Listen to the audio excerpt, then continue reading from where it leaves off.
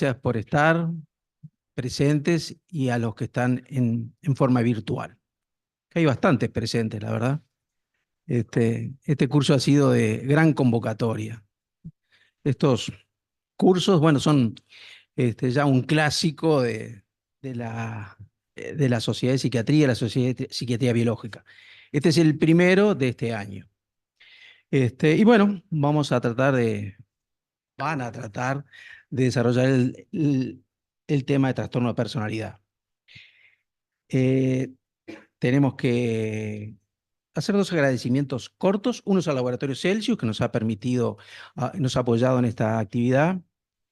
Y otro, que no sé si están por ahí, a las secretarias de las dos sociedades, que la verdad que son fantásticas. En fin, sí, no sé qué pasaría si no estuvieran ellas. Y bueno, y obviamente el agradecimiento a la doctora Tamara Mesano, que fue con una generosidad, agilidad y empatía que se sumó a hacer este curso, que la verdad que estamos muy agradecidos. Ya la conocen, la doctora Mesano, la gente joven, los no tan jóvenes, pero la presentamos como ex asistente titular de la Cátedra de Psiquiatría y terapeuta de terapia focalizada en la transferencia. Tiene muchos más méritos y muchas más cosas, pero ella no quiere que lo digamos. También tenemos que agradecer a los coordinadores que van a colaborar en este curso, quienes son la doctora Ana Laura Hernández, psicóloga Verónica Lanza, psicóloga Rosario Lores, psicóloga Norma Toucedo, psicóloga María Barros y psicóloga Elena Turín. Así que bueno, creo que ya hablé demasiado, le dejo el micrófono a Tamara. Muchas gracias. Gracias a ti. Bueno, y gracias a todos ustedes. Les agradezco mucho estar acá en un día tan, un día tan invernal, me imagino que también y a toda la gente que está en su casa, disfrutando calentitos. Bueno, acá estamos bastante bien también. Bueno, em, antes que nada quería decirles que hay un pequeño cambio en el orden de las exposiciones, porque al principio iba a dar la teoría de relaciones objetales al inicio y después la entrevista estructural, pero dado que cambiaron los tiempos y el tiempo de la entrevista estructural estaba solamente de media hora, me pareció que no era adecuado, que necesitábamos esa hora. ¿Sí? Ah, bueno, que necesitábamos un poco más de tiempo para eso.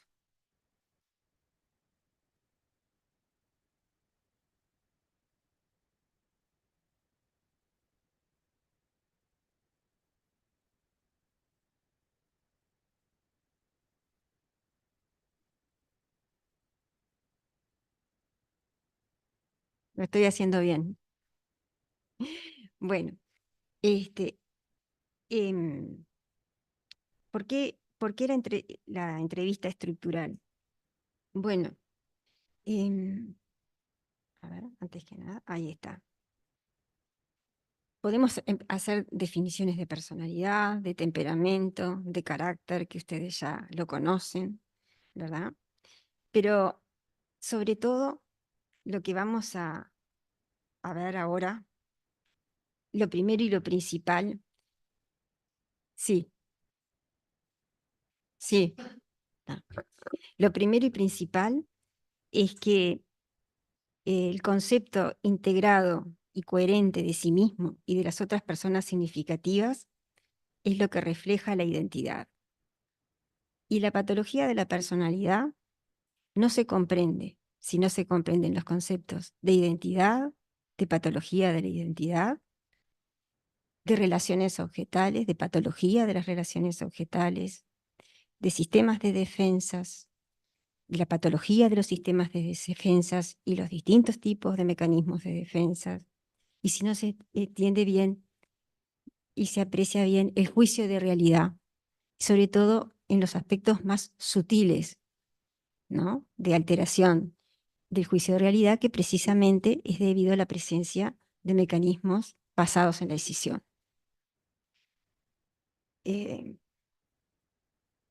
Bueno, esto es la función. La identidad la vamos a definir como una estructura. Es decir, una estructura es un, un, este, un fenómeno que está presente, y que subyace a todas las personalidades. Todos tenemos una identidad, todos tenemos valores morales, todos tenemos mecanismos de defensas, todos tenemos un juicio de realidad y todos tenemos una agresión, más o menos integradas. Esos son los 5 dominios que de alguna forma se relacionan con los 5 dominios del DSM-5 de la versión 3, de la sección 3, ¿verdad? Para que ustedes, sobre todo, sería importante que hoy tuvieran en cuenta que la tendencia actual en los trastornos de personalidad es a la abolición del sistema categorial. Esto tiene, bueno, muchas razones, pero creo que la principal y la más valiosa es que son grupos muy heterogéneos, definidos de una forma que no nos permiten la investigación. Que lo que nos permite la investigación en esto es que nosotros tengamos una manera de evaluar qué es el corazón del problema, el núcleo patológico de la personalidad. ¿Cuál es el núcleo normal? Pero ¿cuál es el núcleo patológico? Y cuando es patológico, ¿cómo lo identificamos? Para eso está la entrevista estructural.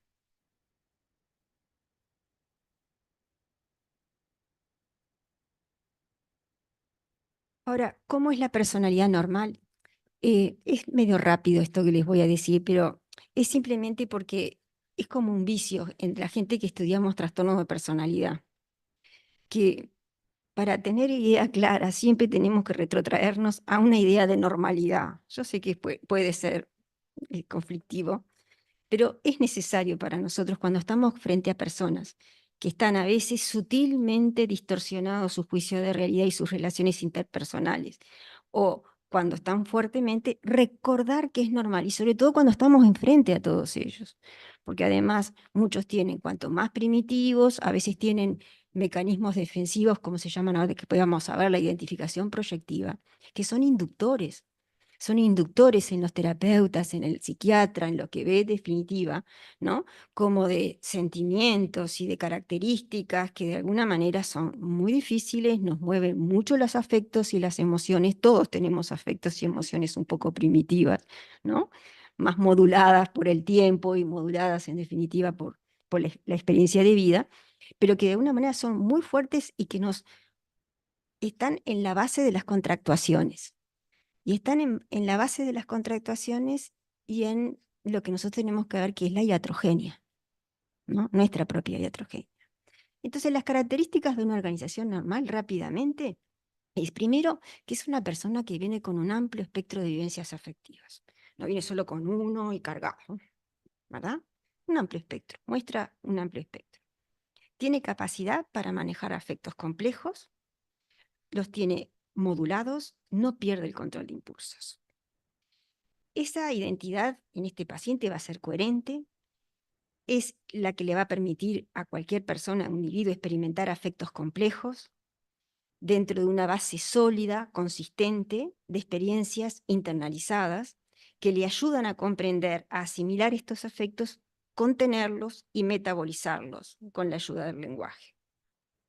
Cuando decimos experiencias internalizadas, estamos hablando de relaciones objetales.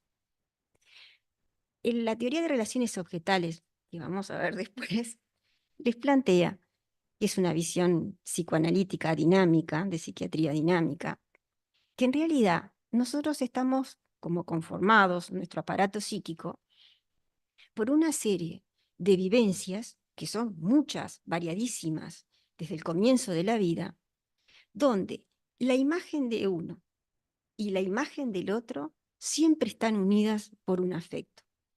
Es decir, cualquier recuerdo, cualquier afecto, tiene siempre la característica de ser un afecto que está referido a alguien que se experimenta de determinada manera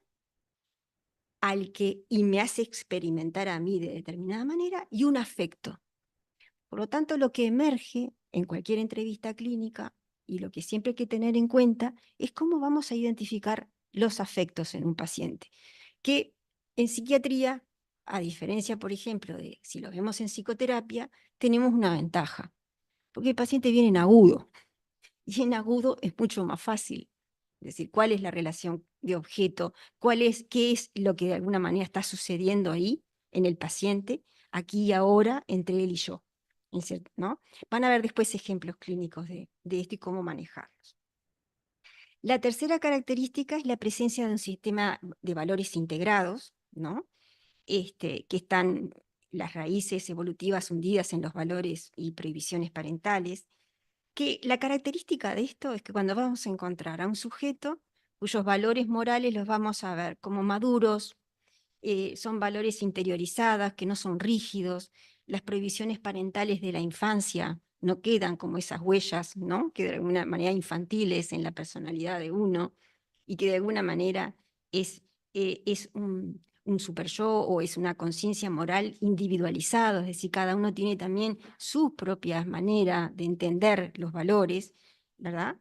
Y además es independiente, lo vemos, ¿no?, de la valoración externa, cuando está sólidamente internalizada, se llama, ¿no?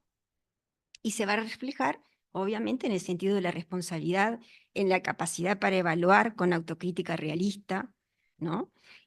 Y le permite a una persona tomar decisiones en forma flexible, impregnada siempre con quién es uno, con sus normas, con sus valores, con sus ideales. Esto es un poco para aclararles un poco, ¿no?, que en el DSM-5, en la sección 3, es la sección que, digamos, está más, en este momento, es la que más nos está ayudando, porque realmente es una revolución, representan lo que ellos dicen un shift, ¿no? Algo realmente, un cambio que todavía se va a profundizar un poco más.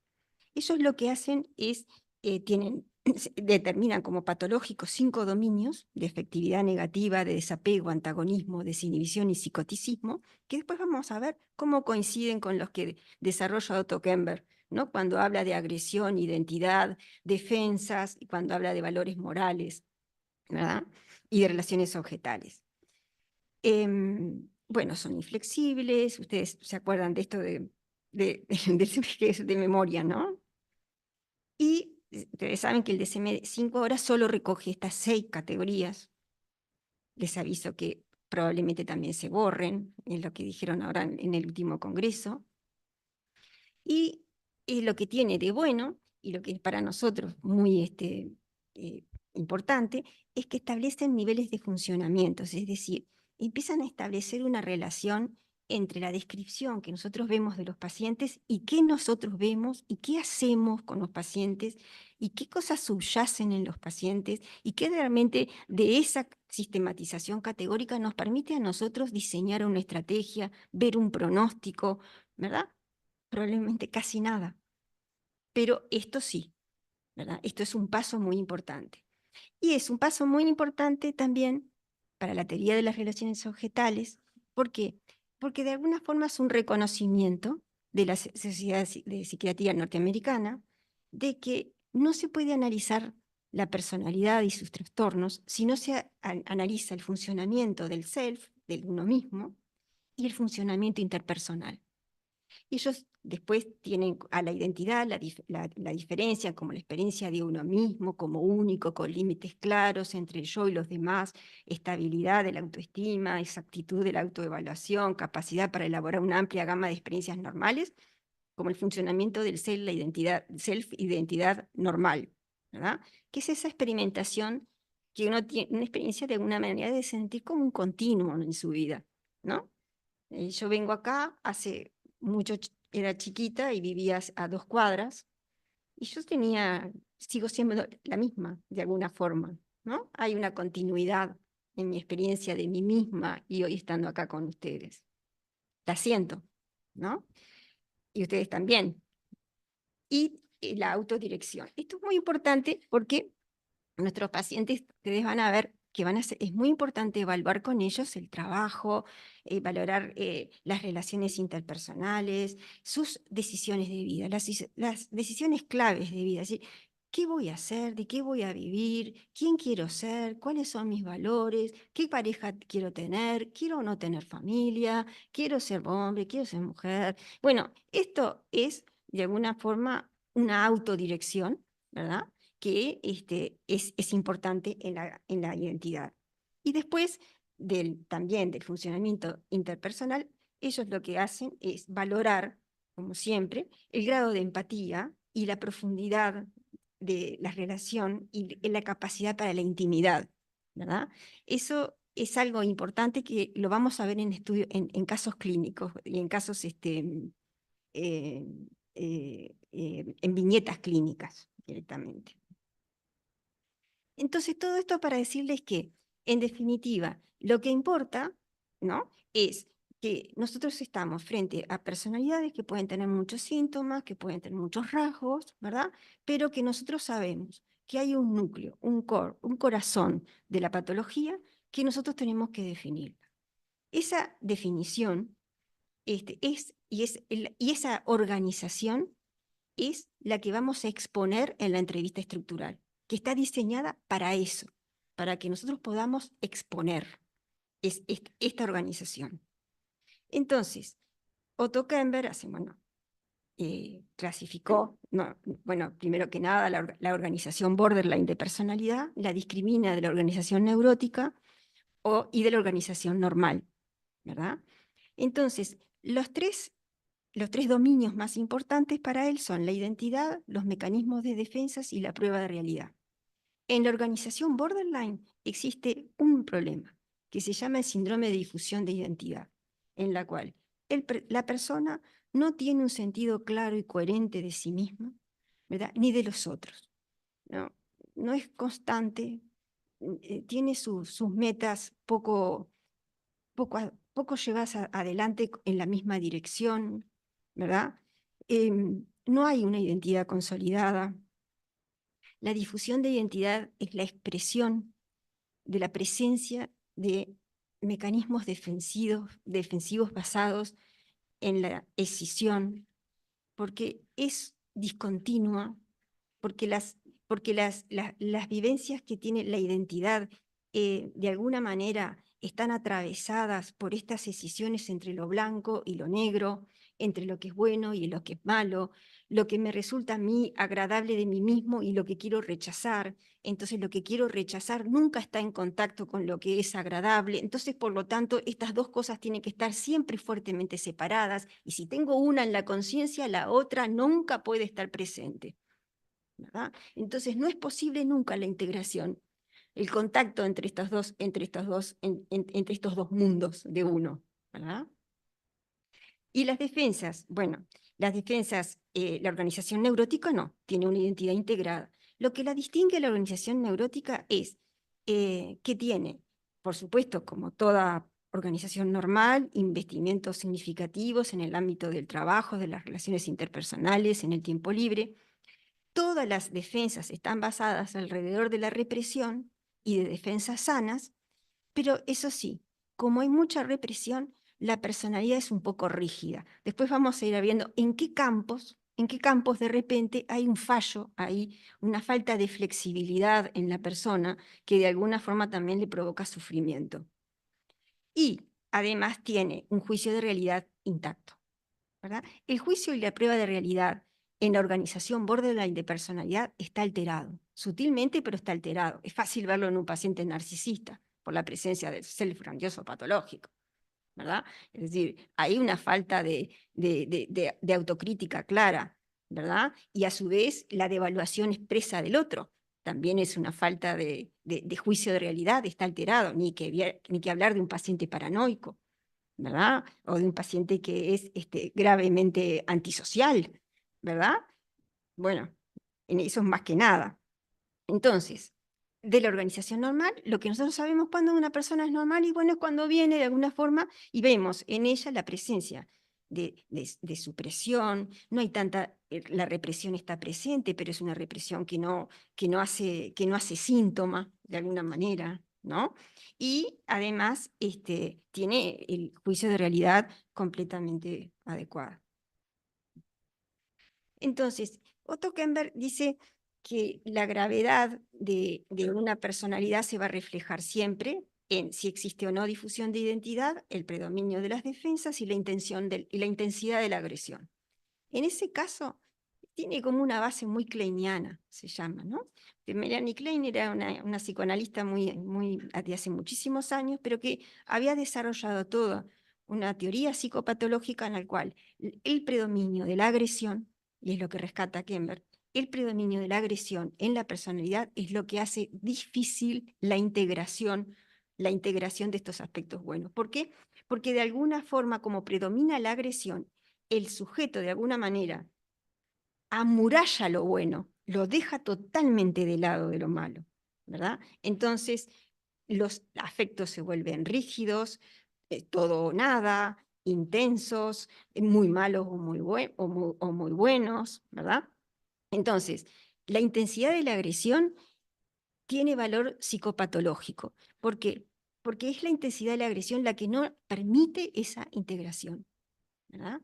Y hay un orden de esa agresión que va desde los que tienen una gravedad ligeramente agresivos hasta los que son extremadamente agresivos, ¿verdad?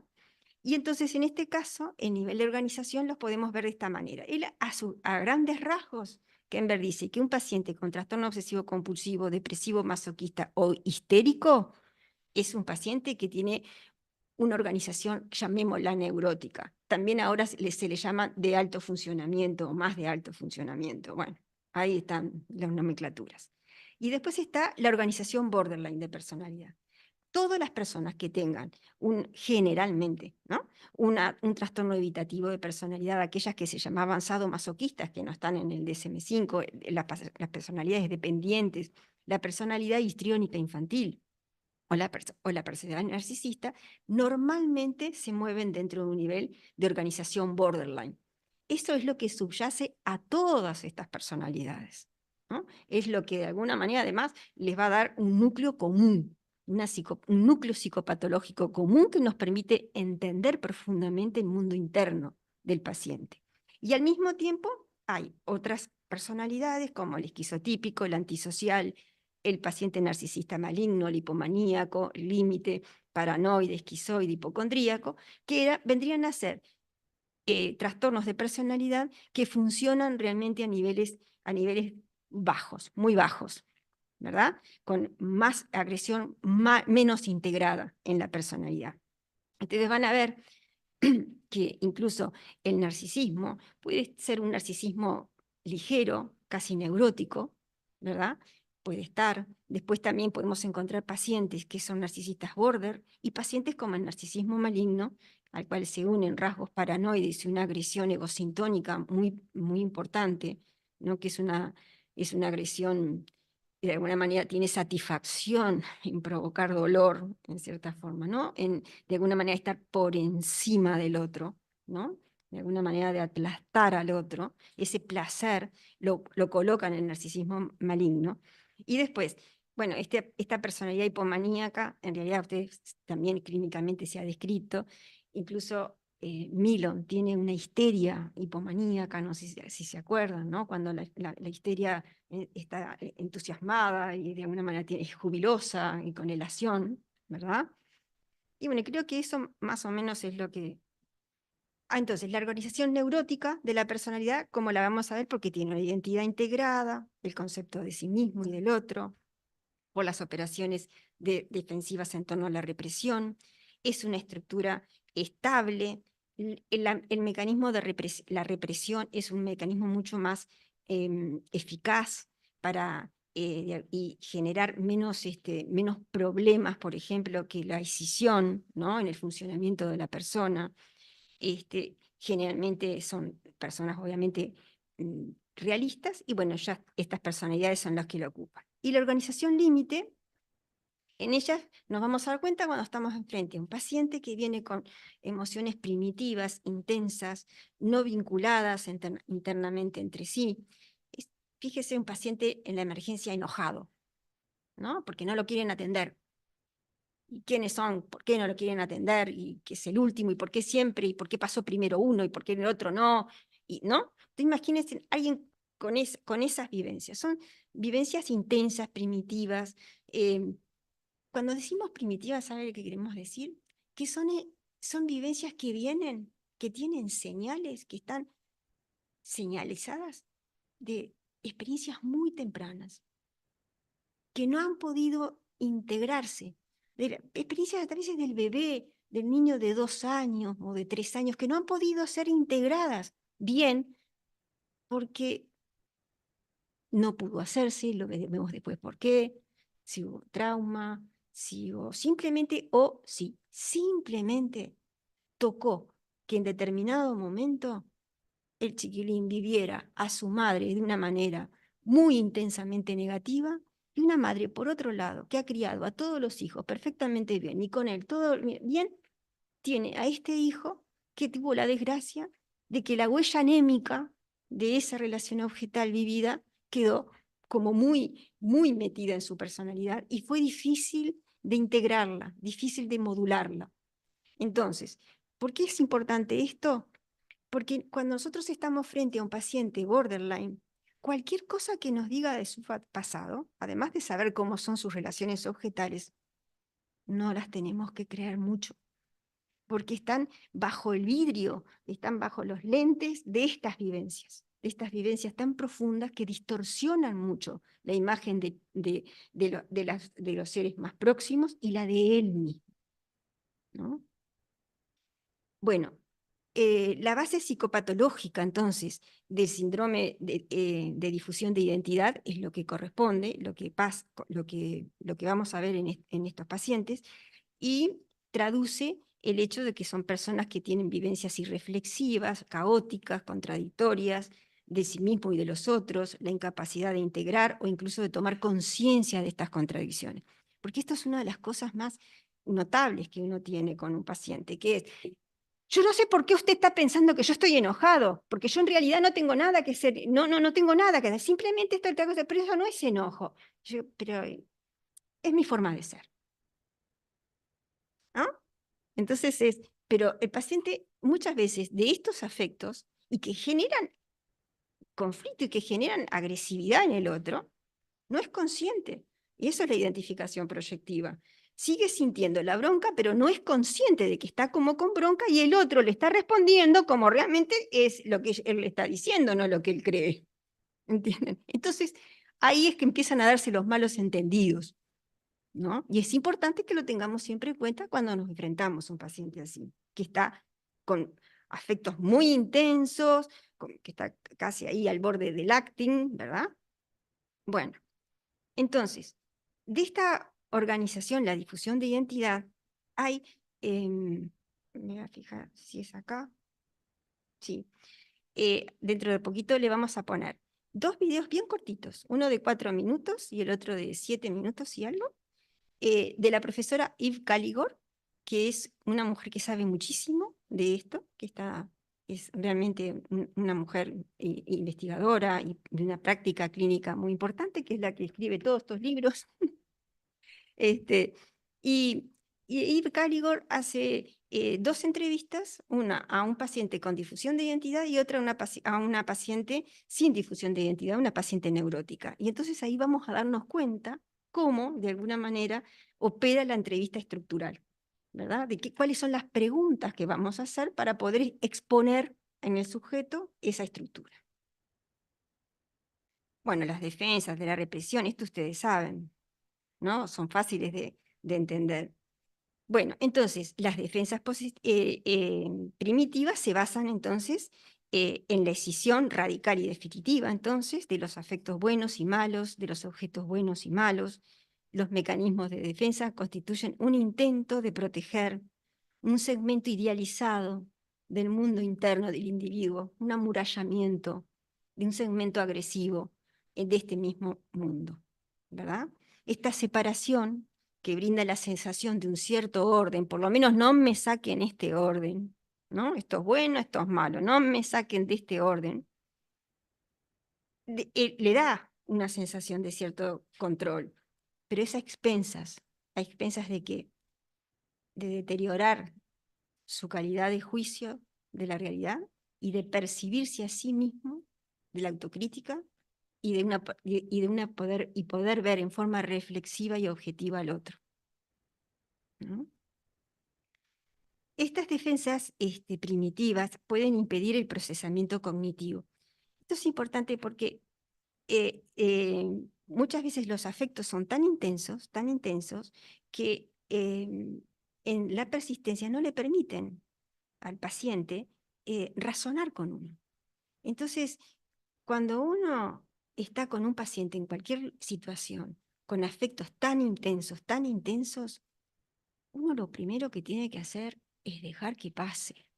Y solo después que baja un poquito la intensidad de ese afecto, uno va a poder establecer una comunicación con él. Porque antes él no va a poder razonar.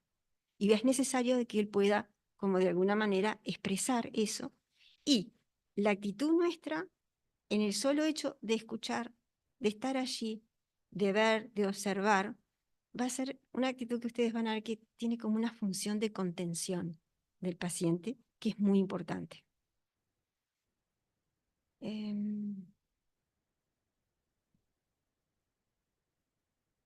Entonces, esta organización interna disociada en el ámbito del mundo interno se impone en la percepción del individuo que tiene del mundo y la vivencia del mundo en términos categóricos, ya dijimos, ¿no? Rígidos e inflexibles. Pero lo bueno de ser tan completamente bueno y tan completamente malo, que la percepción es de que la percepción de cualquier fallo o defecto, esto es una característica muy importante de este tipo de relaciones. Cuando hay decisiones, la la posibilidad de reversión de rol, es decir, es muy importante. Y de ahí también la importancia de otro concepto que vamos a ver después, de que es tratar de siempre de tener intervenciones neutras, lo más neutra que podamos, ¿no? ¿Por qué? Porque ese mismo paciente que se siente hoy abusado, no, porque fui abusado, me trataron de esta manera, me trataron del otro, lo otro, de repente pasa una enfermera y, porque las dos versiones. Entonces, tiene las dos partes. Está escindido, tiene las dos partes. Y cuando es consciente de uno, no es consciente de la otra. Entonces, cuando nosotros tenemos que hablar, no nos podemos poner, ah, sí, usted tiene razón, bueno, sí, la verdad, qué situación fea esta del abuso, que esto y que lo otro, realmente qué mala persona, no tendría que haber hecho eso. No, porque después ustedes van a tener que decirle a él que él también puede ser abusivo, aunque no se dé cuenta, en el momento clave, donde pueda escuchar, donde nos pueda escuchar y donde de alguna manera ya hayamos desarrollado una cierta confianza que nos permite la propia entrevista estructural a veces hacer y que en algún momento incluso en la entrevista estructural podemos como confrontar suavemente al paciente. Y esa confrontación del paciente entre esos aspectos como contradictorios nos va a decir mucho de cómo es el paciente y de qué grado de organización tiene. Si esa decisión es realmente muy profunda o es una decisión más superficial, es decir, de qué manera podemos entender más el mundo de ese paciente. Entonces, como dijimos, ¿no? Estas categorías, cuando pierden la flexibilidad, tiene este paciente siempre una predisposición a distorsionar todas las percepciones, ¿no? Debido a eso, ¿no? Que la realidad externa está filtrada por esta estructura, la organización borderline de personalidad y la identidad, ¿no? Ese núcleo identificatorio tan difuso, que lo vuelve debido a que la realidad es filtrada a través de eso, que la vuelve de esa manera rígida, tiene una manera rígida de proceder. Me parece que estoy como repitiendo algunas cosas por eso, ¿no? Bueno, entonces todo esto, ¿no? La decisión no es no es como la represión, es decir, eso no favorece una adaptación, puede ayudarte en determinado momento a no estar demasiado confundido. Cuando nosotros estamos frente a una estructura psicótica, la escisión es lo mejor que le puede pasar al paciente. Actúa como estacas, que no le permiten como regresar. Entonces, frente a un paciente psicótico, la escisión es una forma de ordenar ese mundo interno caótico que tiene, ¿verdad? Pero ya no caótico en el sentido de representaciones contradictorias, no, caótico en el sentido de que ya no sabe de qué es de adentro, qué es de afuera, ¿no? ¿Qué viene de aquí? ¿Qué es mío? ¿Qué es del otro? ¿Qué está pasando en esta habitación? Mire, doctor, yo no sé, doctora, me decía uno la otra vez, yo no sé, pero a mí me parece que es usted la que está, no sé, estoy confundido, no sé, pero es usted la que está así. ¿Entendés? Como que ya no sabe qué es lo que está pasando en la habitación, se llama, ¿no? Como si lo que está viviendo lo vive porque sí mismo o en realidad es algo que proviene de la otra persona, ¿no? Entonces, esa es la función en las estructuras psicóticas, ¿no? Tienen las mismas defensas, pero con esta otra función. Entonces, las más importantes de los mecanismos de defensa primitivos, la identificación proyectiva, que es la tendencia esta, ¿no? Como inconsciente a inducir a otra persona un estado afectivo propio que yo rechazo, que no quiero ver, que no lo quiero tolerar en mí mismo, entonces lo veo en él, que se convierte en el depositario de ese afecto. Entonces, de repente, porque usted es una persona conmigo, rígida, y además me maltrata, se cree superior a mí, tiene un desprecio por mí evidente, ¿sabe? Yo creo que no tendría por qué estar aquí sufriendo este tipo de destratos. En este caso, el paciente, ¿por qué no es una proyección o externalización común que hacemos todos los neuróticos? Siempre, bueno, trata siempre de ver cosas un poco en el otro. Porque el paciente en el mismo momento está sintiendo lo que está diciendo. Es decir, cuando te trata de esa forma, yo le podría decir en ese momento, pero fíjese en este momento cómo me está hablando usted. Usted me está hablando con el mismo desprecio, con la misma rigidez, con el mismo sadismo, no le vamos a decir, pero de alguna forma, ¿no? Que usted me está acusando. Se llama identificación proyectiva porque la persona expulsa, lo coloca en otro al sentimiento, pero no se puede desprender. Entonces muchas veces vuelve y vuelve en la sesión con lo mismo, de repente, y vuelve en lo mismo en la sesión, ¿no? O en la interacción con nosotros en una policlínica, ¿verdad? Que vuelve, se había olvidado y otra vez empezó, ¿verdad? Ese sería un señalamiento adecuado. ¿Cuál? De lo que plantea, bueno, ¿Cómo cuál? Sí, sí, pero de determinado momento, pero no así, no así. Es dejándolo expresar mucho, dejándolo expresar. Ahora pues vamos a ver ejemplos clínicos. Dejándolo expresar, diciéndole sobre todo con lo que llamamos nosotros interpretaciones desde el terapeuta, ¿verdad? Y la contención nombrando actores, ¿no? Que nosotros después vamos a ver de qué manera le podemos hacer ver al paciente que le preguntamos, usted ve que usted me está diciendo estas cosas, al mismo tiempo usted me está tratando de esto. ¿Usted ve las dos partes del problema? ¿Usted puede verlo? Si el paciente puede verlo, muestra función reflexiva, borderline pero alto. Si no puede verlo y se reafirma en una de las posturas o no, tenemos que ir viendo, porque nos está hablando de que tenemos que descartar ahí una probable psicosis. ¿No? Siempre es bajo determinadas, que por esto es que estamos haciendo, ¿no? Bueno, la idealización primitiva, la devaluación y la negación, ustedes la conocen, ¿no? Son mecanismos que son fácilmente, en un discurso de un paciente, son fácilmente vistos, ¿no? Y la negación primitiva, por ejemplo, actúa cuando un paciente viene y está hablándote, bueno, o viene a la policlínica, no, está todo bien, no sé qué diablos, bueno, ¿y cómo está su trabajo? Genial, bueno, sí, no sé qué diablos, bueno, pero, y viene la mujer y dice, pero ¿cómo que genial? Están en seguro de paro. Y no era que él tuviera, ¿no? Es como que realmente es con una negación muy primitiva, muy grande, ¿no? la omnipotencia y la devaluación, y también otra que es el control omnipotente del paciente, que también lo vamos a ver en ejemplos. La prueba de realidad es esto que yo les decía, ¿no? Hay una fluctuación. Bajo estrés, estos pacientes incluso pueden llegar a ser microepisodios psicóticos, ¿verdad? Que hay que diferenciarlos de transferencias psicóticas y hay que diferenciarlos también de pacientes que realmente se están psicotizando en el momento, ¿no? Eso también lo vamos a ver. Pero estas vivencias, donde de alguna forma no se sabe quién, como un paciente de Kemper, viene horrible a la sesión, lo mira con desprecio y le dice, usted me escupió cuando pasé al lado suyo. ¿Cómo que lo escupí? Usted escupió cuando yo estaba pasando. Yo estaba viniendo para acá, usted estaba entrando, no me vio, me vio y escupió. Bueno, entonces, a ver, vemos qué técnicas se usan en ese caso, ¿verdad? De realidades incompatibles o lo que, ¿no? Para ver si el paciente puede de alguna manera como aflojar esa intensidad de la percepción y de alguna forma como empatizar un poco más con cómo está la situación.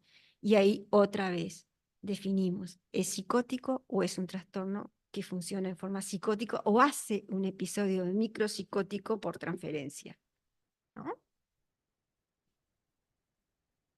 Las relaciones objetales son fundamentales.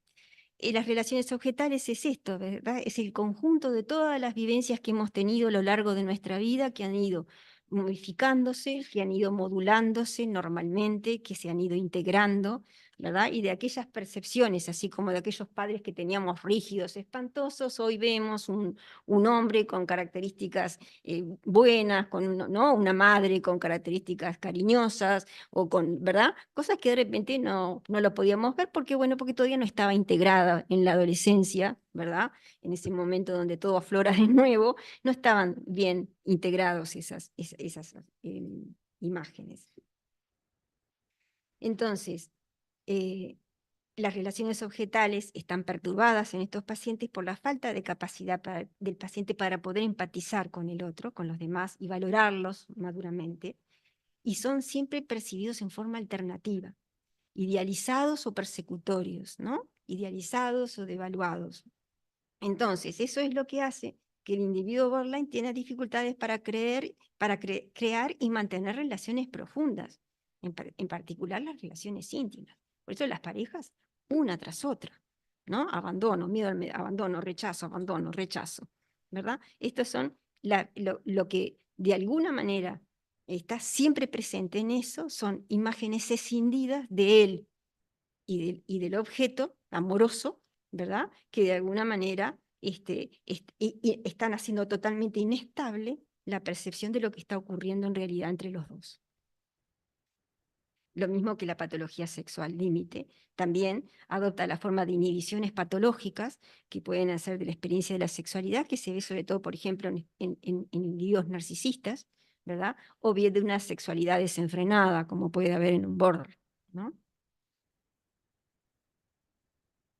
Una variante específica de la organización borderline de la personalidad, bastante común en la práctica clínica, es el trastorno narcisista de personalidad, y ahí lo que vamos a poder ver siempre es como una imagen grandiosa de sí misma con un otro devaluado. Hay una psicopatología un poco diferente al del trastorno borderline en sí, digamos, es una organización borderline claramente, pero al principio se nos presenta como algo mucho más integrado, mucho más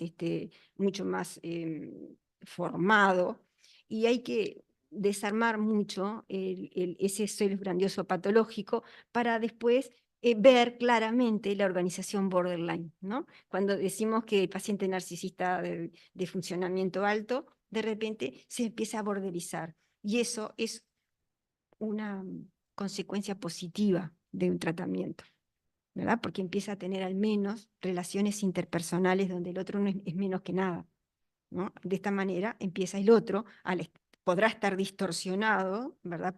¿no? Pero es otro. Y hay necesidad, aparece en el paciente la necesidad de conectarse con el otro, cosa que es tan difícil en el narcisismo.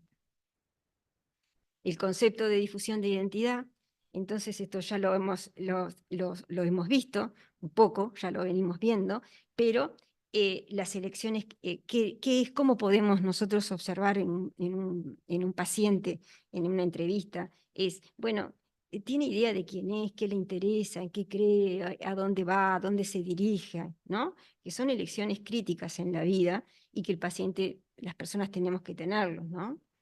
El superyo y los valores morales son también como cruciales para la aceptación de uno mismo y del funcionamiento adaptado a la sociedad, y también son el hecho de que no existan un funcionamiento moral adecuado, y además que no exista la posibilidad de ningún tipo de relación que nosotros veamos en un paciente que tenga significación para él, que le importe algo más que no sea por una relación de utilidad, ¿verdad? Ahí es uno de los peores señales de alerta, las peores que tenemos sobre la posibilidad incluso de tratamientos, ¿no? De estos cosas antisociales, ¿no? Y también vamos a rastrear en los pacientes, en definitiva, cuando nos están hablando de aspectos como negativos, bueno, pero ¿y usted cómo vive eso? Para ver si tiene una capacidad de culpa, de reparación, si tiene preocupación por lo que ha hecho, por el destino de su agresión en el otro. En definitiva, eso también es muy importante poder evaluar. Todos estos elementos de difusión que estamos viendo, todos digamos, los dominios de juicio de realidad, de valores morales, relaciones objetales, estilo defensivo y agresividad, es lo que de alguna manera vamos a ver ahora en la próxima etapa, cuando veamos bien el ciclo de la entrevista estructural. Pero ahora, ustedes se acuerdan que hablamos de la difusión de identidad. Vamos a ver si podemos pasar. 2 pacientes. La primera es una paciente, ustedes no sé, viste cómo son los americanos, que hablan rapidito, tratamos de traducir con subtítulos, y 4 minutos de la presentación de E. Caligor. The patient is a 32-year-old married female classical musician presenting to an outpatient therapist. The patient complains of anxiety during auditions and problems with self-esteem. She is organized at a neurotic level of personality organization, with predominantly hysterical and some masochistic features. Dr. Caligor asks the patient to describe herself. In response, the patient provides a rich, complex, and reflective self-description, characteristic of someone with a fully consolidated identity. Dr. Caligor's experience of easily gaining a clear picture of the patient's personality is also consistent with normal identity formation, while the warmth Dr. Caligor feels toward the patient in the countertransference is consistent with the patient's hysterical features. Okay, well, I think I have a clear picture of the problems that brought you here.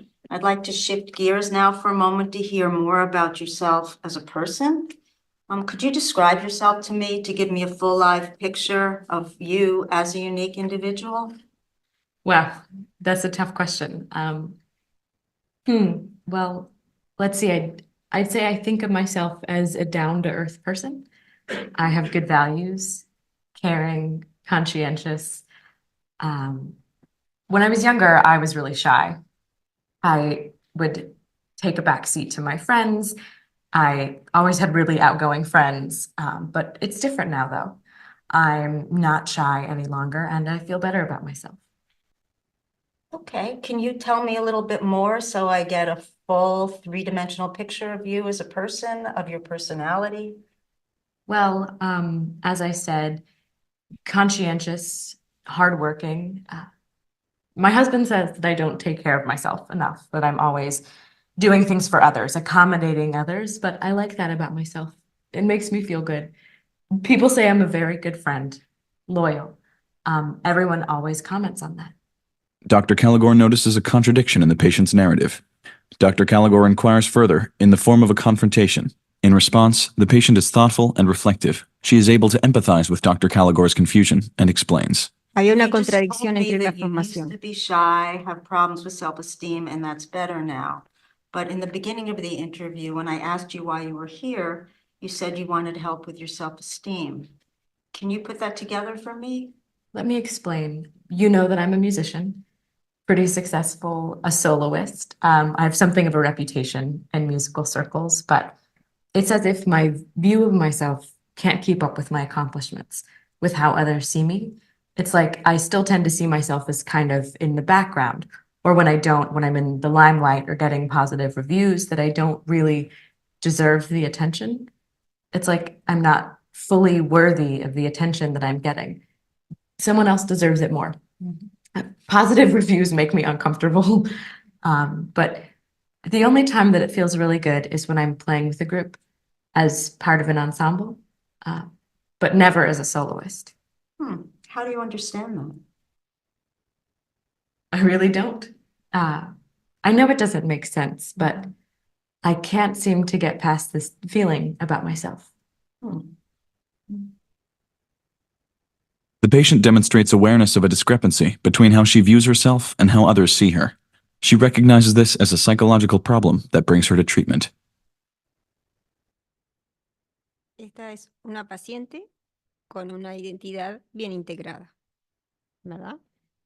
Que de alguna manera cuando se le presentan como contradicciones es capaz de dar una explicación clara, se abre más y da más todavía información sobre ella, ¿verdad?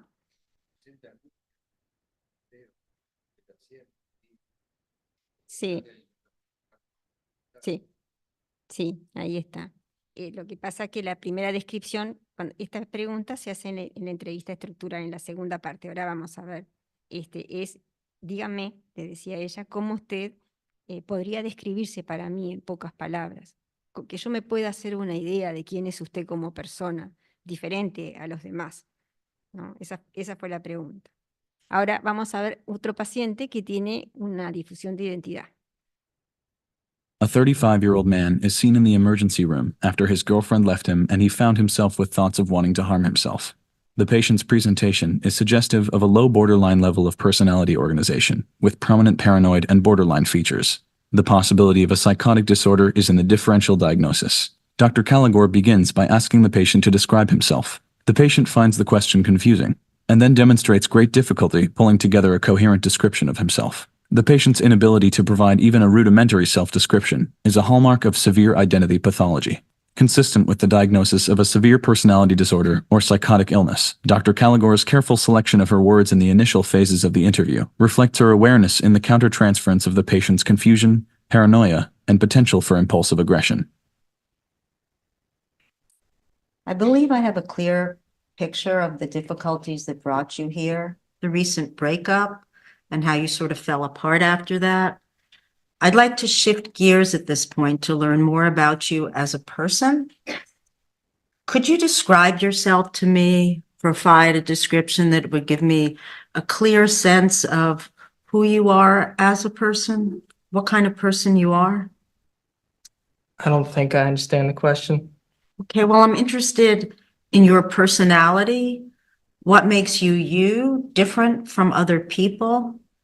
Maybe how you see yourself, or perhaps how other people see you? I still don't understand the question.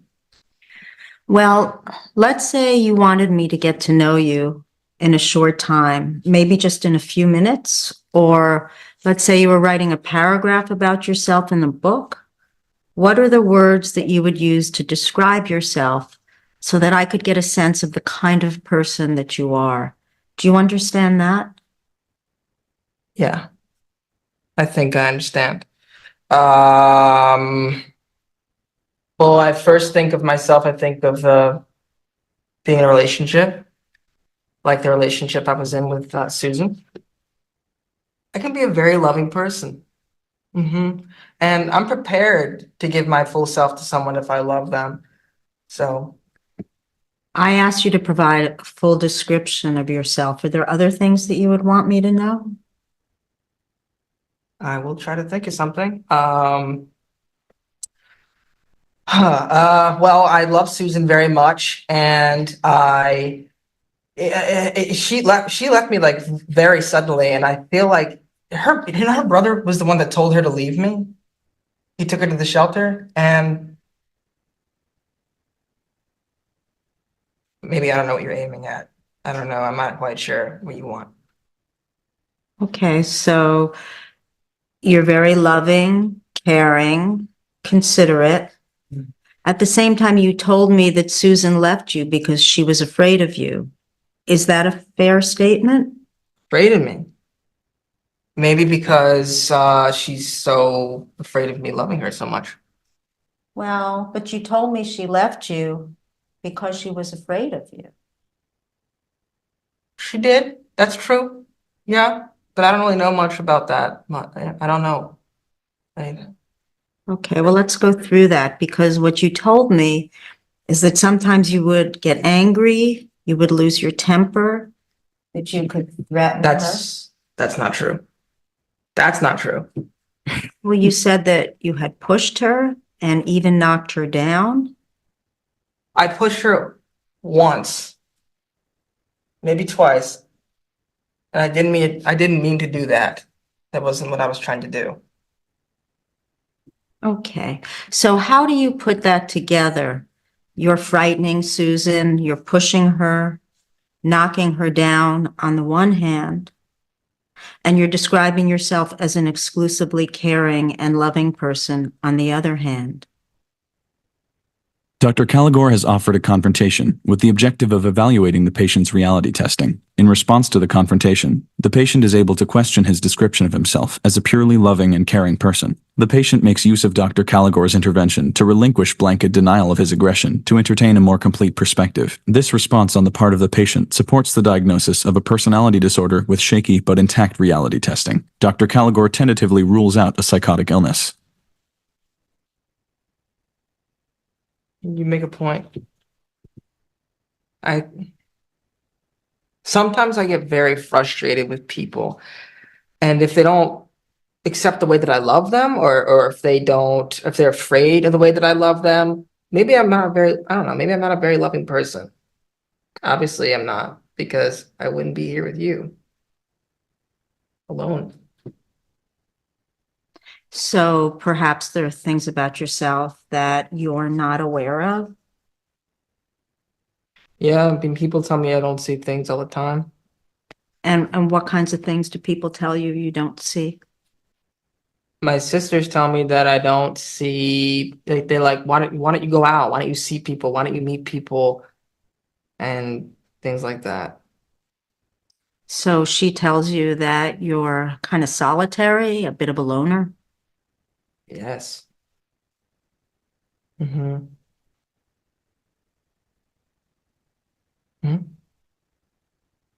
Later in the interview, Dr. Caligore completes her evaluation of the patient's identity formation by asking him to provide a description of a significant other. In response, the patient provides a sparse, superficial description of Susan, one that is self-referential, lacking in detail, and highly idealized. Dr. Caligore probes further. First, she makes use of clarification, inviting the patient to provide a more complete description of Susan, one that might go beyond his idealization. When this goes nowhere, Dr. Caligore offers a confrontation. Could you tell me a bit more about Susan? Describe her to me so that I get a real life picture of who she is as a unique individual.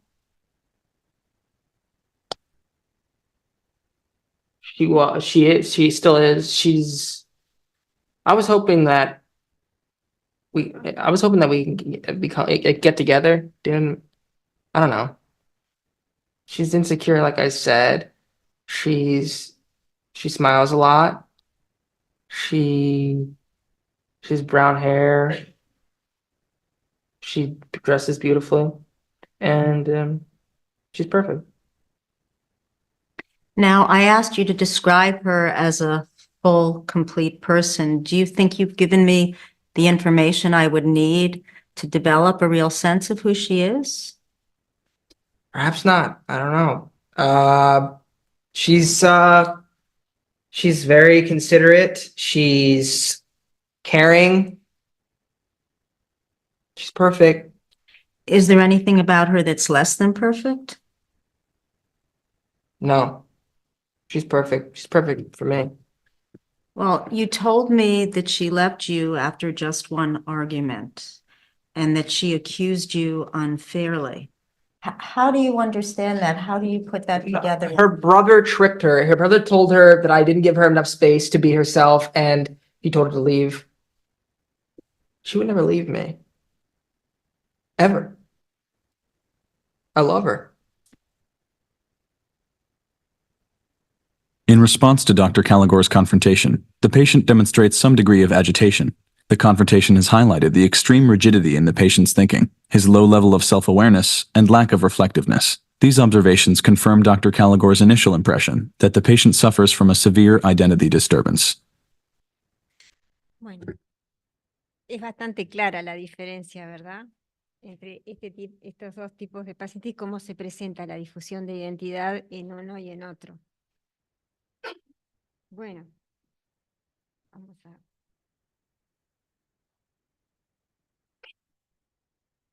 Ahí está. Bueno, nos quedan muy poquitos minutos porque me atrasé con esto, pero me parecía que era importante, porque a veces verlo es mucho más, ¿no? Más fuerte que el hablarlo. Bueno, este es el ciclo de la entrevista estructural. La entrevista estructural está diseñada de una manera tal que podemos tener una idea clara de la nosología fenomenológica, ¿no? Nos vamos a ir dando cuenta cómo es la fenomenología de la personalidad y de sus rasgos, pero al mismo tiempo también está destinada a establecer el nivel de funcionamiento que tiene. Si tiene una organización borderline, si tiene una organización más alta o si tiene una organización psicótica de personalidad. Entonces, lo más importante como de comprender es que la entrevista estructural opera de una manera como circular, donde uno hace primero 4 preguntas, que ahora yo se las voy a decir cuáles son, seguidas, y vamos a ir viendo cómo el paciente las va tomando, qué es lo que va haciendo el paciente con esas preguntas. Por eso decimos que es circular, porque muchas veces el paciente nos va a dar una información y nosotros vamos a volver a tomar esos puntos, porque nos vamos a fijar siempre en aquellas cosas, como cuando nos habla un paciente, de qué cosas nos parecen como extrañas o que no las entendemos, o cuando se expresa en forma vaga, por ejemplo, el paciente. Ahí son puntos donde siempre tenemos que entrar a preguntar un poco más firmemente, ¿no? Pero bueno, empieza la entrevista estructural, tiene como objeto entonces recolectar toda esta información que ya les dijimos y es una forma que tenemos nosotros de conocer en el aquí y ahora el mundo interno del paciente. La primera parte consta de estas 4 preguntas, que se las hacemos así. ¿Qué lo trae hasta aquí? ¿Qué idea tiene usted de lo que le está pasando? ¿Es solo esto lo que le está pasando? ¿Y qué espera usted de un tratamiento? Esas 4 preguntas están hechas para provocar algo en el paciente. Y lo primero que provocan es un acomodamiento. Y entonces, bueno, vamos a ver, por ejemplo, si esa persona logra entender y retener en su memoria las tareas que le estamos proponiendo, si lo hace en un orden lógico, ¿verdad? Que nos está hablando en definitiva de que es una persona que tiene un juicio de realidad acertado, ¿no es, verdad? Al mismo tiempo, nos muestra, nos concentramos en el grado de persistencia de su pensamiento, si ha habido síntomas psicóticos, si han habido psicosis transitorias, bajo estrés, o si hay un comportamiento global inapropiado por parte del paciente, por ejemplo, en un paciente esquizotípico. Es decir, los pacientes con funcionamiento borderline presentan una fragilidad del juicio de realidad que se debe a la distorsión que genera la representación interna de la realidad objetiva con estas escisiones, ¿no? Usted mira el reloj, debe querer deshacerse de mí. Así inferimos la capacidad de mentalización y sobre todo la función reflexiva del paciente. En este caso, esta paciente, ¿no? Usted mira el reloj y debe querer deshacerse de mí, ya la capacidad de mentalización ya es uno de los problemas de la mentalización, ¿no? Y la otra es la función reflexiva. Ustedes ven claramente la función reflexiva, cómo está alterada en el segundo paciente que ustedes vieron, ¿no? La incapacidad para poder pensar en sí mismo como con profundidad de alguna forma, ¿no? De tener como un concepto un poco más claro de sí mismo y de los otros. Bueno, esto ya lo vimos, así que esto vamos a pasar. Y la segunda parte de la entrevista estructural, bueno, en la primera parte, por supuesto que nosotros si aparecen síntomas depresivos, vamos a hacer todo el cuestionario de síntomas depresivos, si aparece según el motivo de consulta, ¿verdad? Si aparecen problemas como familiares, entonces vamos a ir directamente a todo esto, ¿no? Si el problema de consulta es la ansiedad, vamos a hacer ¿no? el screening completo de ansiedad, es decir, prácticamente, yo les voy a decir en una forma un poco como lo hago yo, y digo, para poder en la entrevista estructural hacerla viable, por ejemplo, en consultas donde uno ve a un paciente en 20 minutos. Entonces, yo siempre le digo a los pacientes, cuando veo que el paciente viene con un trastorno de personalidad, bueno, que viene con síntomas depresivos, que viene con esto, bueno, mire, yo voy a hacerle 3 o 4 entrevistas seguidas. Yo sé que son de pocos minutos que vamos a tener, pero yo le voy a pedir por favor que usted se concentre y vamos a ver si podemos, entre los dos, ver más profundamente de qué se trata este problema que usted me está trayendo. Entonces, si yo tengo un paciente, más o menos que lo veo una vez por semana, que sea 20 minutos, en MP, por ejemplo, en 25 minutos, generalmente en 4, 5, 6, en realidad, entrevistas, yo ya tengo una idea muy clara del paciente. Y a veces se asombran, porque me acuerdo de ellos como de otra forma, ¿no? Como que tengo la historia clara, completa del paciente, ¿no? Entonces, cuando él viene con síntomas, con los síntomas de depresión o con síntomas de esto, bueno, yo voy viendo ahí no solamente apoyando el tratamiento farmacológico con qué tipo de psicoterapia, haciendo intervenciones si es necesario con la familia, bueno, viendo de qué manera cómo se diseña el tratamiento del paciente, ¿no? Les quiero decir esto porque ustedes dicen, ay, sí, pero ¿y esto cómo vamos a hacer esta entrevista que te lleva como 60 o 90 minutos de hacerla en una policlínica? Se puede hacer así, como fraccionada. Bueno, bueno, ¿cómo le fue con la vortiocetina? ¿De acuerdo? ¿Se acuerdan que estábamos hablando de tal cosa? Usted el otro día me dijo tal y tal cosa. ¿Qué le parece que tal? ¿Cómo pasó? ¿Qué siguió pasando? ¿No? Entonces, ahí en esa cosa donde él ya se va, digamos, como relajando, ahí uno ya puede señalar cosas al paciente como para pensar, ve la función reflexiva, y es increíble las cosas que puede la gente, aunque sea en 20 minutos puestos de esa manera, como realmente, y se motivan mucho para hacer psicoterapia. Cualquiera, ¿no? No tiene por qué ser ni TFP, no, cualquier psicoterapia, como más interés en sí mismos, ¿no? En la segunda parte de la entrevista personal también le pedimos, como hizo la doctora, ¿no? Que se describa a sí mismo de la forma más completa que le sea posible, y a continuación que describa también de la forma más completa posible a alguien importante de su vida, ¿no? Entonces, de esa manera, ahí vamos a ver la difusión de identidad. ¿Quién es él y quién es el otro? ¿Ah?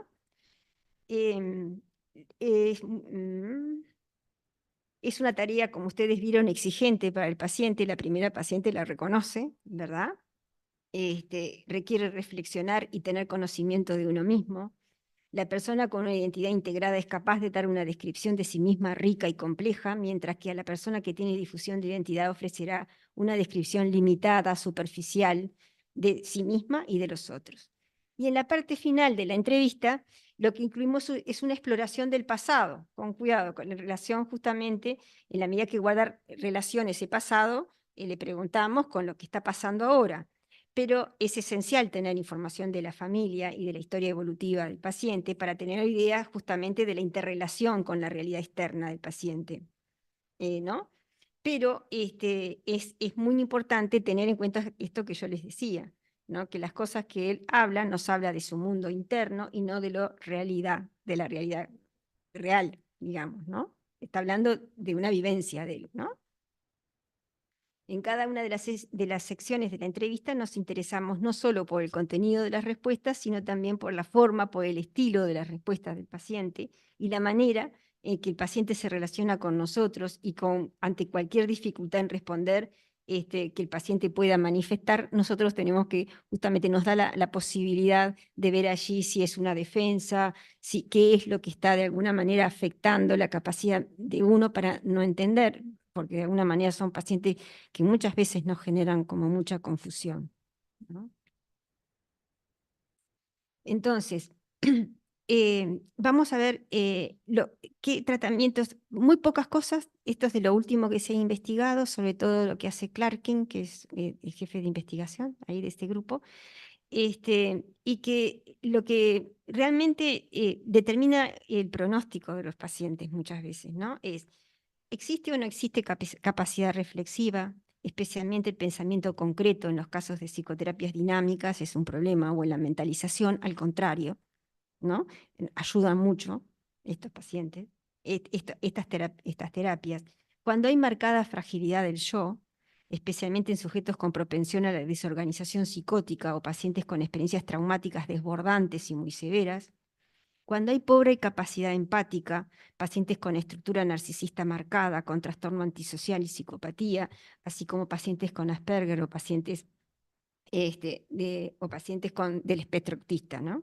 Impulsividad caótica, con tendencia a la actuación, especialmente si está agravada por uso de alcohol, cocaína o metanfetaminas y similares, pacientes con rasgos narcisistas muy marcados, en los que la envidia, la arrogancia, la grandiosidad, el desprecio, el sentirse como con derecho y la explotación son las características dominantes que interfieren en la capacidad de aprendizaje. Pacientes con rasgos narcisistas dentro del espectro antisocial, los más graves, especialmente si son mentirosos, deshonestos, fríos, que proceden con engaño y con falta de remordimiento. Un estilo de apego, que eso también lo vamos a ir viendo, ¿no? Un estilo de apego desdeñoso y despreciativo, ¿verdad? Que tenga como desde niño. Otros rasgos de personalidad que no están contemplados, ¿no? En los criterios del eje 2, de amargura, por ejemplo, sujetos que si es amargo, ustedes se acuerdan esa persona, esos personajes de Gasalla, ¿no? Los amargos, ¿no? Indiscretos, los pacientes indiscretos son tremendos. Los rasgos de aspereza, de frivolidad, la malevolencia, la vengatividad, los adictos al riesgo, los que tienen malicia. Esos son muchos elementos que los tienen muy en cuenta en la clasificación de Clarkin y que son muchas veces, nos dicen que realmente el pronóstico es reservado de ellos, ¿no? No quiere decir que no sean tratables, pero que aunque tengan un nivel que parece un nivel de funcionamiento, pero estos rasgos parece un nivel medio, medio alto, borderline, pero estos rasgos nos complican la vida, ¿no? Y, por ejemplo, rasgos sádicos, fuerte tendencia a humillar a otros, a someter a otros a su voluntad o al placer directo con el sufrimiento de los otros, y una personalidad con rigidez extrema, por ejemplo, las personas creyentes fundamentalistas. Esos son de mal pronóstico. Bueno, ahora vamos a empezar entonces con lo que era la primera, que ahora va a ser la segunda parte porque es más ágil, más rapidita. Y bueno, la idea es que ustedes tengan una idea aproximada de lo que es la teoría de relaciones objetales, que es muy rápida, muy somera, porque en realidad no hay tanto no hay tanto en este momento, es compleja, pero digamos, está diseñado como para que uno pueda entenderlo y abordarlo rápidamente. Y después, en el libro, por supuesto, no yo. Y otra cosa que en este caso vamos a ver algunas viñetas clínicas para mostrarles a ustedes cómo nosotros hacemos para reconocer las relaciones de objetos que están activadas, ¿no? Y cuáles son las relaciones de objetos que están activadas en determinado momento, cómo se presenta el paciente.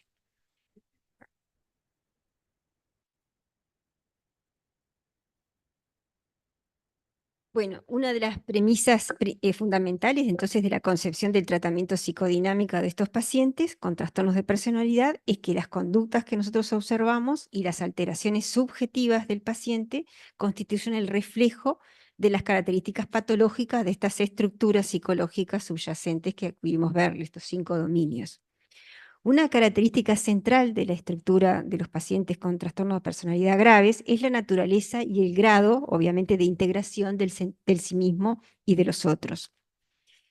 El nivel de organización estructural es correlativo con este grado de integración. En este modelo, las representaciones internalizadas de las relaciones entre el self y el objeto son llamadas relaciones de objeto diádicas, las díadas.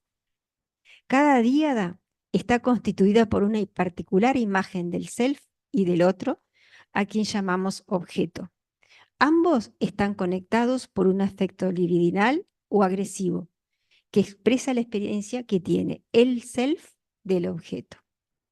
Las relaciones objetales internalizadas son los elementos que nos constituyen fundamentales de las estructuras psicológicas, que hacen a las veces de organizadores de la motivación y de la conducta. Es decir, es a través, el afecto es uno de los principales organizadores de la motivación en las personas.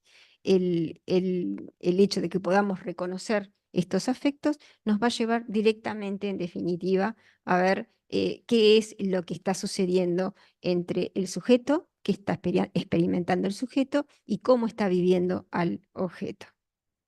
Estas díadas, constituidas por el ser, el objeto y el afecto que los relacionan, no constituyan, otra vez lo vamos a decir, ¿no?, ni representaciones internas objetivas de la realidad, de la totalidad del self o del otro, ni representaciones objetivas de relaciones reales acontecidas en el pasado.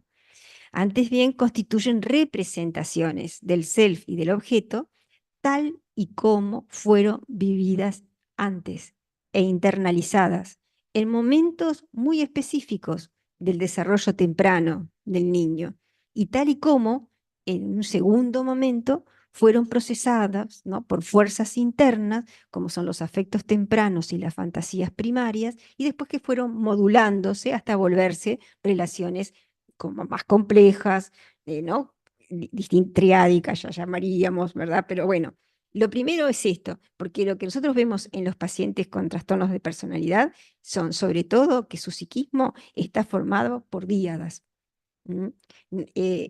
Digamos, las díadas, hay una enorme variedad de díadas, obviamente, que corresponden a nuestras experiencias de vida, pero que hay algunas que son, que llamamos nosotros díadas dominantes, porque de alguna manera organizan mucho la experiencia del paciente.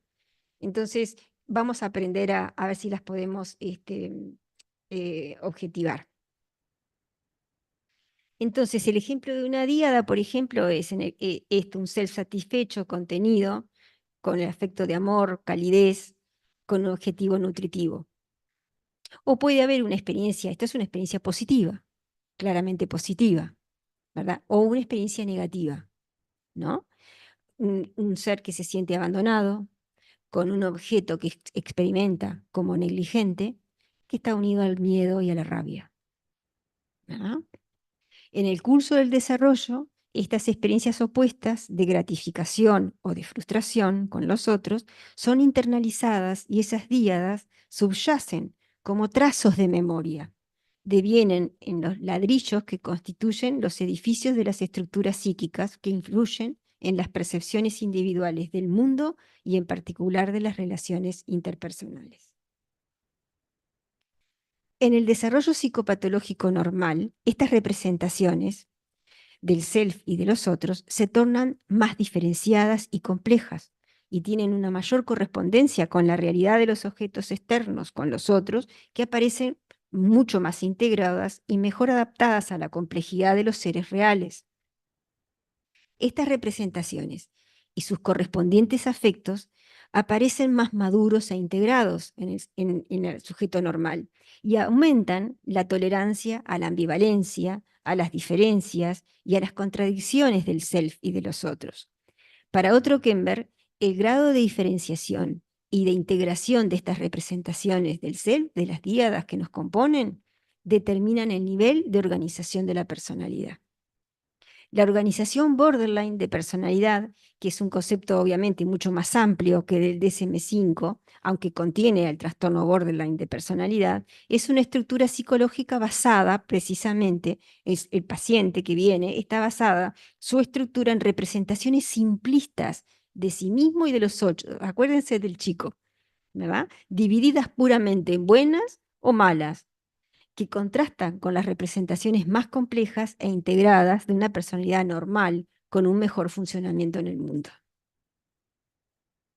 Dada la naturaleza fragmentada de esta constitución psicopatológica, la organización borderline de personalidad, todos los trastornos de personalidad que presenten van a tener estas tres características: el uso de las defensas primitivas, la difusión de la identidad y el juicio de realidad generalmente intacto, aunque inestable. Eso ya lo vimos.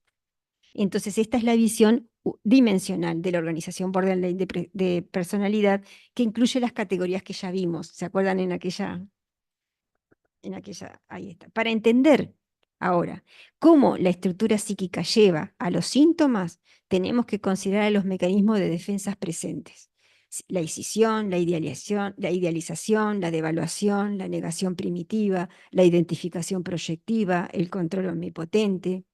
Estos mecanismos de defensa intentan amurallar la expresión de sentimientos, afectos e impulsos que la persona tiene dificultad para tolerar en sí misma. Este amurallamiento, esta defensa, no elimina los sentimientos, pero en cambio le permite al sujeto lidiar con estos sentimientos, aunque sea de una manera que interfiere igual y poco eficaz en su funcionamiento.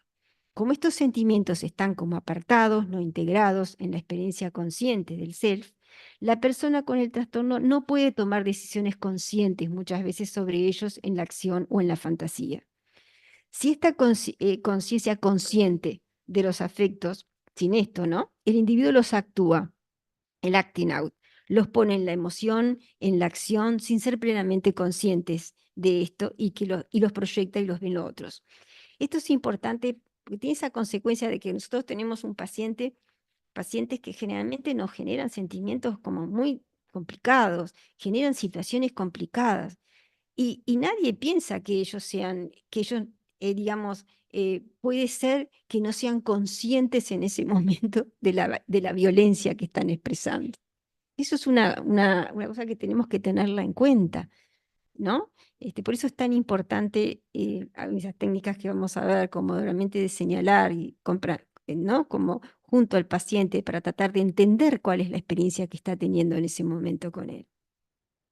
Entonces, la escisión, el split, ¿no? Impide la integración de sentimientos agresivos y libidinales. No es solamente, la escisión no actúa solamente en el objeto, en quien soy yo mismo, ¿no? Mi lado malo, mi lado bueno, o en el objeto, mi lado bueno, mi lado malo, sí, también en los afectos, es amor u odio, ¿verdad?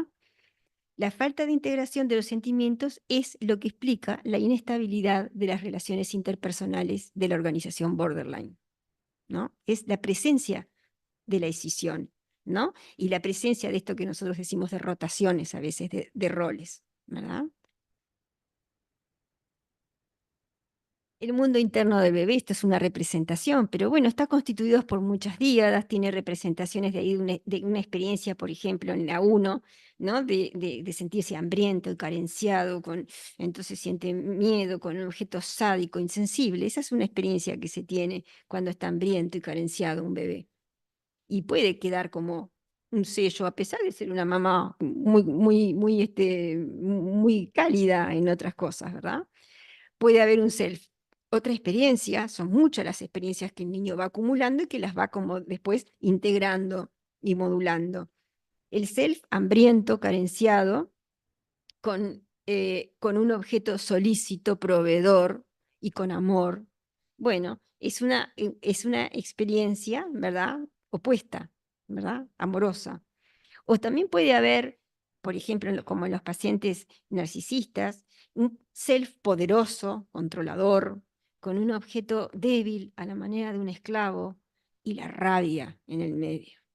Todos estos sentimientos son sentimientos que después, si nosotros nos acostumbramos y lo vamos pensando antes de estar incluso en contacto con el paciente, y nos están diciendo, doctora, venga, porque ahí está el lío, porque está el paciente tal y tal cosa, bueno, uno ya se va diciendo, bueno, esto será un trastorno, puede ser que sí, que no, ¿y por qué fue esto?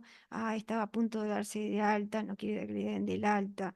Bueno, entonces me voy imaginando qué situación puede ser la que está, qué situación está protestando, por qué tendrá sentimientos, se sentirá indefenso, pensará que de alguna manera está en manos de gente que no les importa, que son indiferentes, que no les importa su destino, ¿no? Uno está yendo por el corredor y no, es eso, uno va, los residentes, ¿no? Uno va, te llaman a la interconsulta y vos ya vas con una idea de cómo viene esa situación, ¿no? Las principales días de esto son como caricaturescas, ¿verdad? Pero aunque ustedes no puedan creer, las díadas patológicas que se activan, en realidad no son demasiadas más que estas o variaciones sobre estos temas en los pacientes, ¿no? Esto es estudios de Clarkin, ¿no?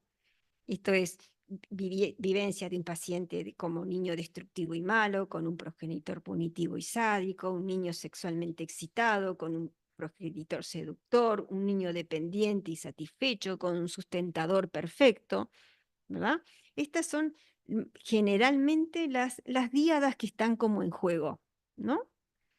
No son demasiadas más, cada una obviamente está individualizada, ¿no?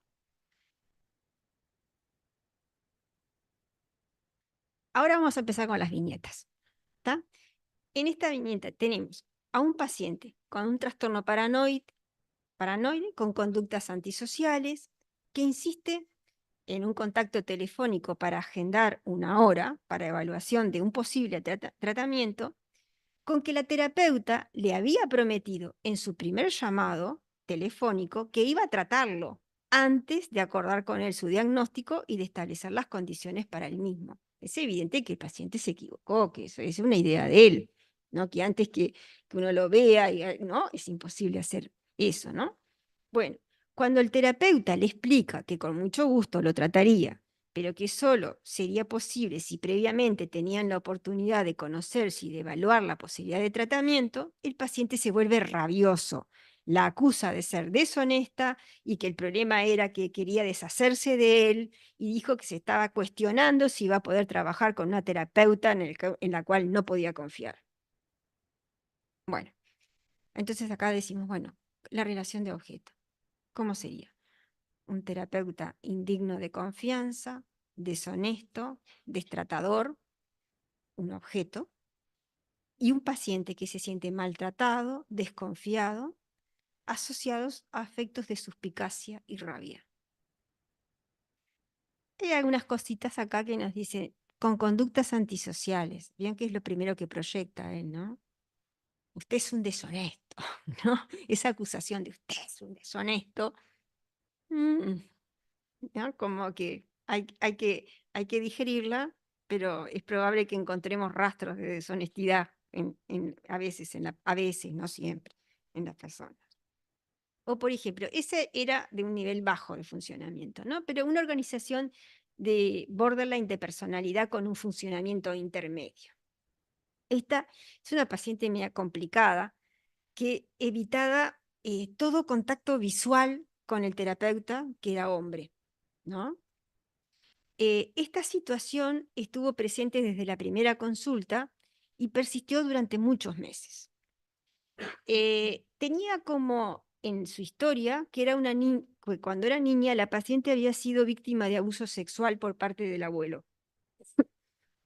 Y lo que emergió en el tiempo, en las semanas, en los meses con el terapeuta, fue que la paciente no miraba al terapeuta porque en realidad ella tenía la convicción tenía la convicción de que si ella miraba al terapeuta, él se vería desbordado por una excitación sexual y que no iba a ser capaz de controlarse. Eso era lo que ella pensaba. Con el tiempo se fue aclarando esa situación, ella se fue animando a decir lo que ella veía y sentía en ese momento. Desde la perspectiva del paciente, esto sería el resultado inevitable, ¿no? La excitación sexual terrible del tipo, si ella sostenía la mirada de él. Era una experiencia que la dejaría a ella, ella dice, experimentando mucho miedo y al mismo tiempo mucho poder. Entonces, si ustedes lo piensan, es una reversión de rol de lo que ella vivió, ¿verdad? Frente a un abuelo poderoso, vivido como poderoso, con muchas, ¿no? Como exaltado sexualmente, frente a una niña también un poco excitada, pero preocupada, que no, de alguna manera, ¿no? Esto es una díada que de alguna manera nos puede conducir, de alguna manera, a entender algo de lo que está pasando. Y también algo de que, como es el tratamiento de los pacientes que tienen que tienen trastornos por estrés postraumático o trastornos o por abuso. En realidad no difiere técnicamente mucho, ¿verdad? De otro, como a diferencia, por ejemplo, de otro tipo de técnicas, ¿no? En realidad se expresa lo que el paciente abusado de alguna manera se trata de ver en sus relaciones interpersonales los vestigios de ese abuso, sin traer la escena permanentemente, porque eso muchas veces retraumatiza, ¿no? Bueno, entonces aquí la relación de objeto, ¿no? Es un terapeuta impulsivo, ella vive como ella vive el objeto siempre, ¿no? Impulsivo, sexualmente excitado y preocupado, con una paciente muy controlante, extremadamente poderosa y también sexualmente excitada, asociadas con miedo intenso y excitación sexual. Eso era lo que hacía, ¿no? Esa transferencia también un poco sexualizada, también hacía como difícil el contacto, ¿no? con la paciente.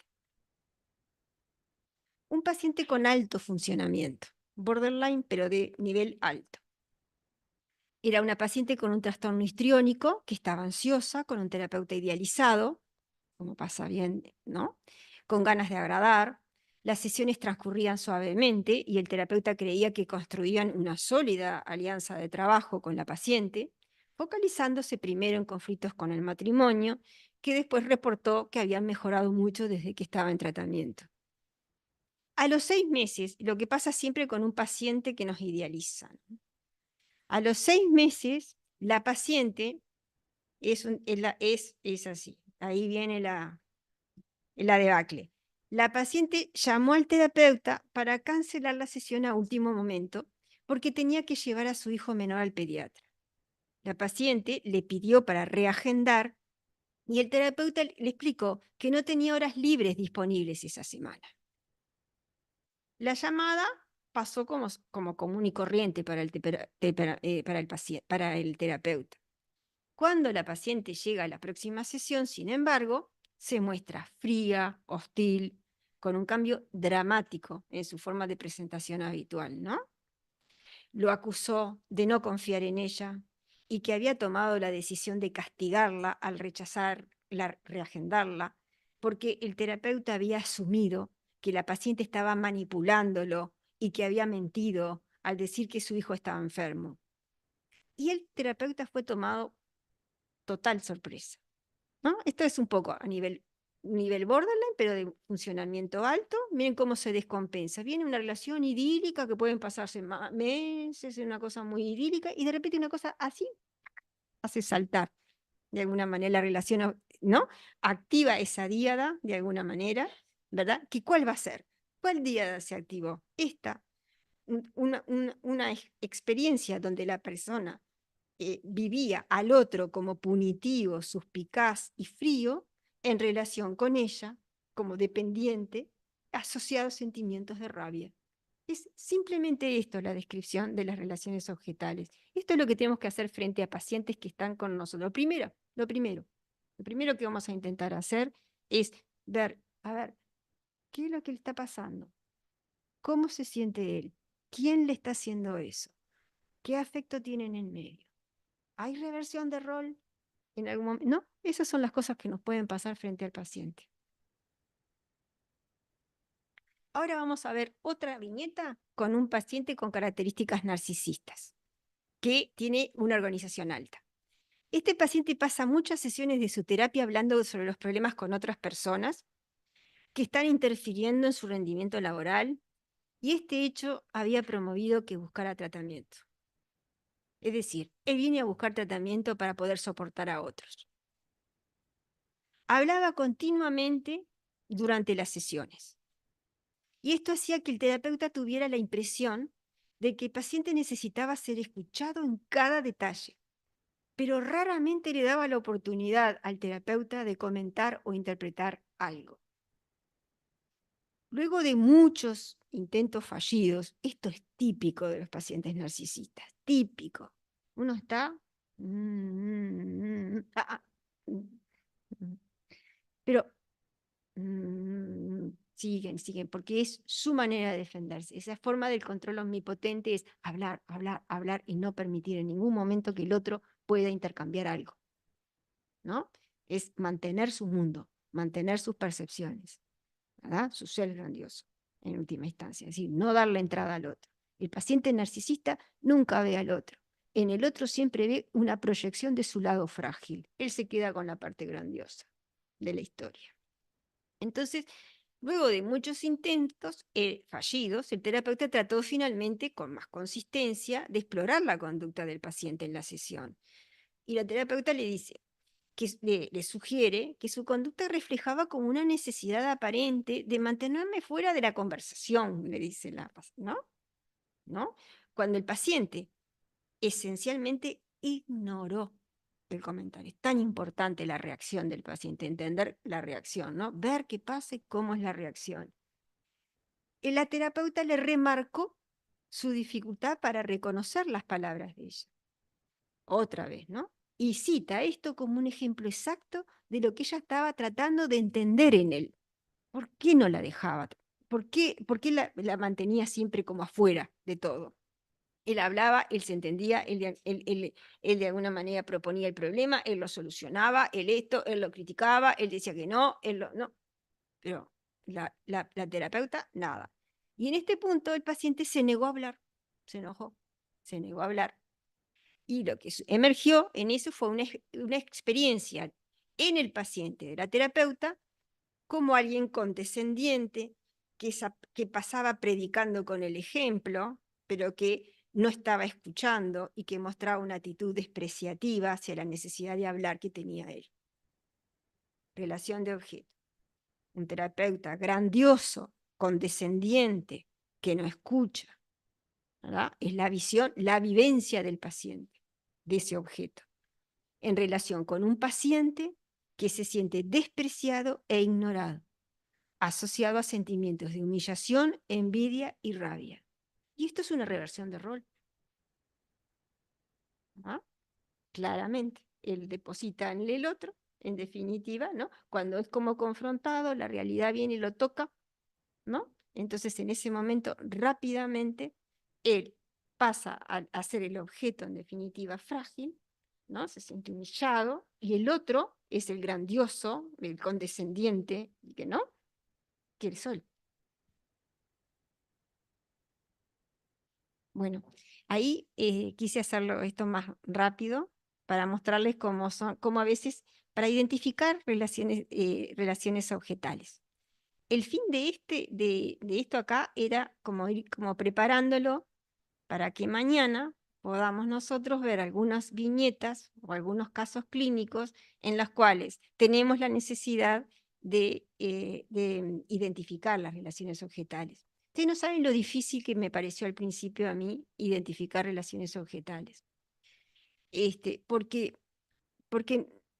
fundamentalmente porque, claro, cuando un paciente uno lo ve en una entrevista en el consultorio o tranquilamente, el paciente, si tiene un trastorno de personalidad y no está en crisis, es muy difícil de darnos cuenta, ¿verdad? Si no está en crisis, ¿qué es lo que, no?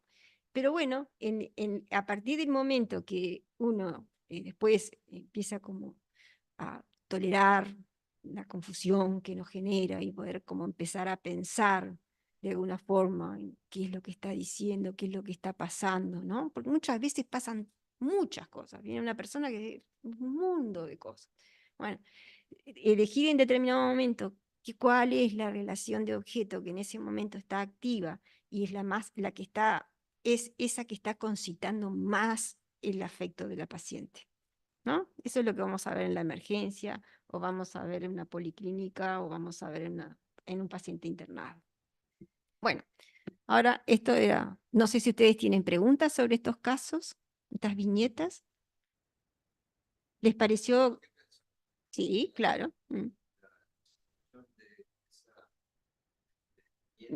Sí, sí, sí. Qué poderoso se siente que seducir a ese abuelo, que con la mirada ya Porque en realidad, exacto, claro, porque ahí ella está posicionada como quien era el objeto para ella. Su abuelo. Ella se posiciona en el lugar del abuelo, donde ella es sexualmente poderosa y con solo mirarlo, de alguna manera va a lograr que él ¿no? Ante un hombre como preocupado, pero sexualmente excitado, ella de alguna manera sería fuerte y poderosa. Así sentía ella a su abuelo, ¿no? Y eso es la reversión del rol. Por eso es importante la neutralidad. Si usted dice, pero qué abuelo, hijo de la madre. Ojo, porque ella, si hay una diada traumática, en este caso, intensa, primitiva, poco elaborada, porque evidentemente las situaciones son poco elaboradas, rápidamente ella va en algún momento a ser la abusadora, ¿no? De víctima a víctima. Exacto, claro, claro, claro, claro. Ahora, de todas formas, lo que sí parece es como que este terapeuta en realidad no se sentía para nada sexualmente excitado, ¿no? Más bien sentía como una incomodidad con esta paciente porque no la miraba a los ojos, ¿no? Como siempre estaba evitando el contacto, ¿no? Entonces, ¿qué es lo que le está pasando? ¿Por qué no me puede mirar a los ojos? ¿Qué? ¿Me está mintiendo? ¿Está inventando? ¿Le está pasando algo que no quiere decirme? ¿No? Nos pareció una estructura límite media, analizando más en el nivel de funcionamiento, sobre todo por la identidad, la integración de la identidad, la batería antisocial y las relaciones objetales. Si bien en la primera oración la descripción parece una presentación histriónica, en realidad el funcionamiento es más bajo que eso. Pero tampoco vimos agresividad feroz, por ejemplo, como para pensar una estructura más baja. Es intermedia, nos pareció. Claro. Mm. Y no, yo lo único que comentaría es que a veces en psiquiatría el diagnóstico descriptivo no coincide con el estructural porque la descripción es muy de la apariencia y la forma de hablar al principio y que se sobreutiliza la palabra histeria como que todo lo que tiene muchos síntomas es una histeria y en realidad son estructuras límites moderadas o bajas con un aspecto histriónico, pero eso no es Bueno, histeria. estás de acuerdo, bien de tu Histeria es generación, estás neurosis. de acuerdo totalmente a las tendencias actuales, porque la tendencia actual, por lo menos lo que recogí ahora en el último congreso, es justamente eso, ¿no? Nada de histriónico, dígame cómo funciona, cuál es el nivel de funcionamiento. Ana, Ana, bueno, o alguno de ustedes que quisieran aportar algo más. ¿Cómo hacemos para escuchar a las otras coordinadoras, las que están en Zoom? ¿Cómo? Que hablen nomás. ¿Cómo? Ahí está. Bueno, ¿y cómo le saco porque están todos silenciados? Abriles el micrófono.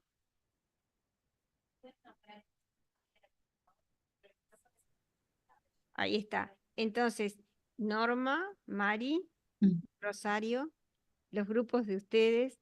Bueno, no sé si los participantes quisieran como aportar algo, decir qué cosas pudieron ver de esta paciente, si hubo dificultades, qué cosas les resultó más llamativas.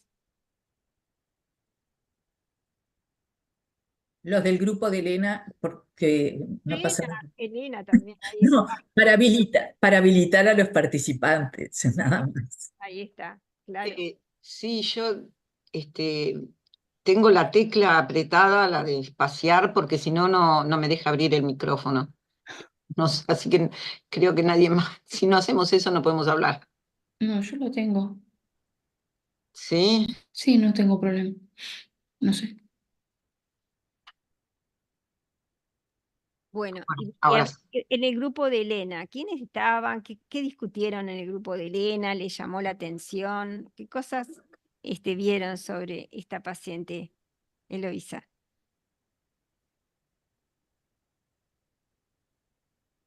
¿Se animan a hablar un poco? No llegamos al diagnóstico, Ajá. pero estuvimos ahí, sí, Sí, estuvimos. sí, seguramente porque discutieron más profundamente todas las, ¿no?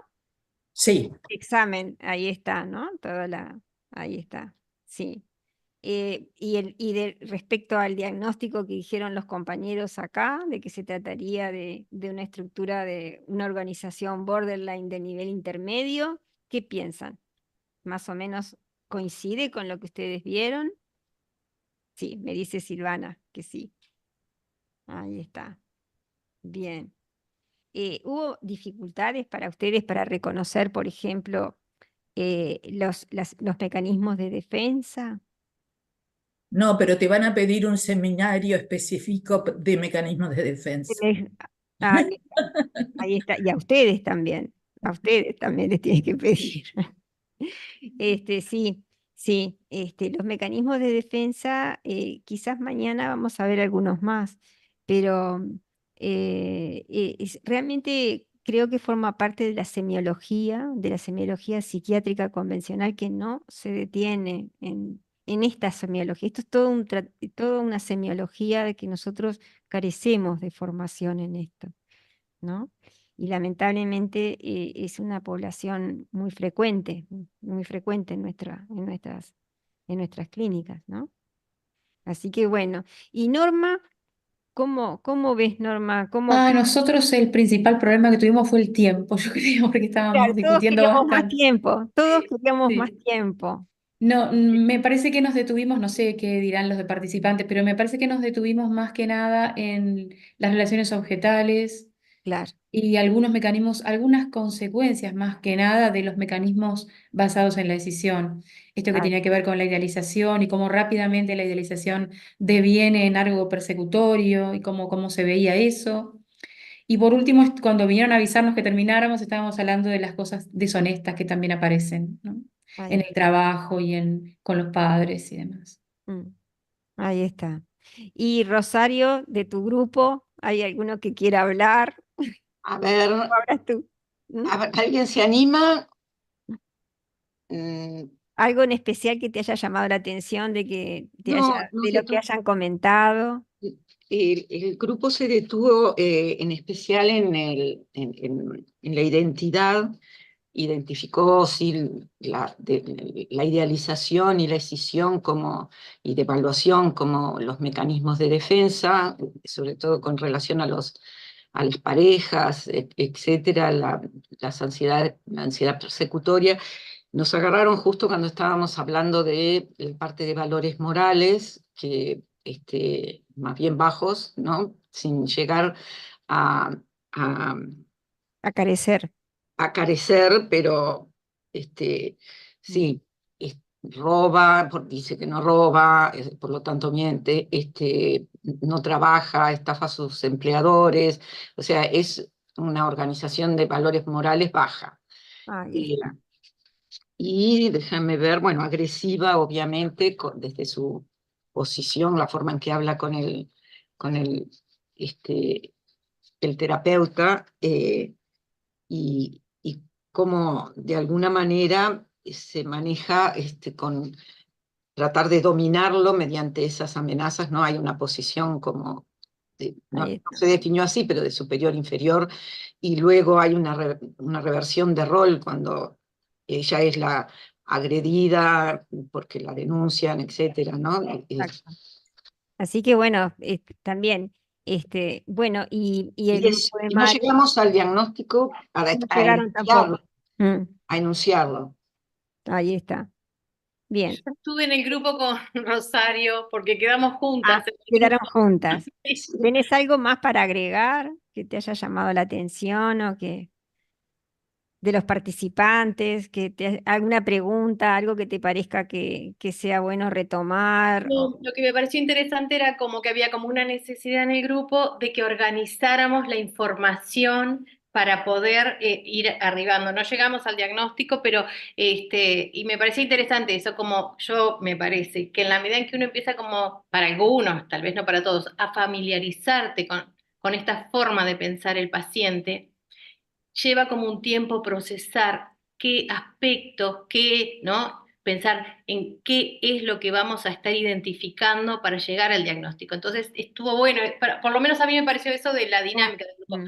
Cada tanto era, bueno, entonces, ¿qué estamos viendo de cada y cuáles son cada una como de las áreas? Me pareció eso ¿Sabés? como Sabés que esto que estás diciendo es re importante y sabés que me parece que no insistí en el radios, ¿no? No, Que hay una mnemotecnia para no olvidarnos nunca de esto, ¿no? Radios, ¿no? Texting, la realidad, el juicio de realidad, eh, las, eh, la agresión, agresividad, las defensas, la el pa- identidad, las relaciones objetales y el super yo y los valores morales. Ahí está. Radios. Capaz No, que yo lo de esa traje. manera ustedes se pueden, pero generalmente yo lo que hago en las historias muchas veces es eso, ¿no? Antes de ver al paciente, antes de estar escuchando, pongo radios y ahí voy poniendo, ¿no? Lo que me parece que va haciendo. Y eso me parece que organiza mucho más. Tenés razón, Mari. Me No, parece. lo trajiste pero yo creo que es familiarizándonos con esta forma de Claro. entender el Es diagnóstico. familiarizarse con eso, ¿no? Claro. Ahí está, como que hay otras maneras de saber si el paciente es grave o no es grave, ¿no? Más que con su conducta, ¿no? Que a veces un paciente que tiene una conducta grave, de un intento de autoeliminación grave, puede tener mejor pronóstico que otro que nunca ha hecho absolutamente nada, pero que, ¿no? Este, bueno, tiene estas conductas devaluantes o jorobadas, como, ¿no? Entonces la gravedad, eso es algo que tenemos que verlo justamente a través de esto. Bueno, entonces damos por cerrado. Bueno, también nos para vemos mañana. hay una cosa que pedían en el grupo que me parece importante que de repente se pueda aclarar mañana con la otra viñeta, pero es identificar para la identidad cuáles son los elementos que se pueden ir como cliqueando para decir, bueno, acá hay síndrome de difusión de identidad o no hay. eh, y nos quedó, a mí me parece que una de las formas de entender la estructura del paciente es cuando te refieren bien la contratransferencia del terapeuta, que en este caso es como la expresión de lo que ella siente, lo que le dejó al terapeuta. Nada más que eso.